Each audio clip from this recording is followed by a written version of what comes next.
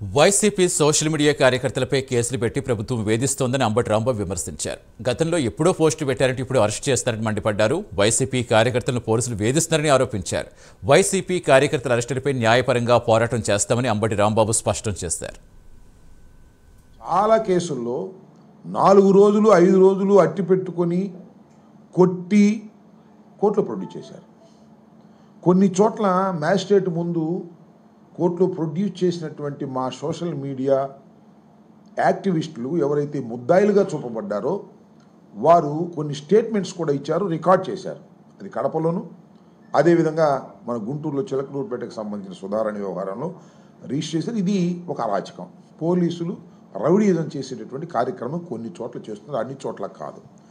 దీన్ని దృష్టిలో పెట్టుకుని ఇవాళ మా రాజశేఖర్ అనే వ్యక్తిని మేవుగా హ్యాండ్ అవుట్ చేయడం జరిగింది. ఇంకా అతన్ని ఏమి కొట్టరనేటువంటి విశ్వాసం, కొడితే వాళ్ళ సంగతి మళ్ళీ చూస్తామని కూడా మనవి చేస్తున్నాం. ఈయన మీద ఉన్న కేసు ఏమిటంటే ఇది కూడా రిజిస్టర్ అయింది ఎప్పుడంటే 9/11/24 అంటే మొన్నే.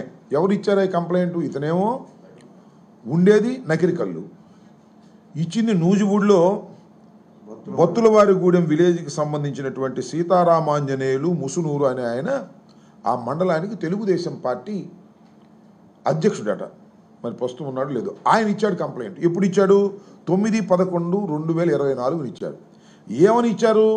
వంగలపూడి అనిత గారి మీద వాళ్ళు పోస్టులు పెట్టారు అని. ఎప్పుడు పోస్టులు పెట్టారు? ఇది 15 జూలై 2023ని 15 జూలై 2023ని అనిత గారి మీద ప్రస్తుత హోంమంత్రి అప్పుడు మాజీ శాసనసభ్యురాలు మీద కొన్ని అసభ్యకరమైన పోస్టులు పెట్టారనేటువంటి ఉద్దేశంతో కంప్లైంట్ 9/11/24న రిజిస్టర్ చేశారు.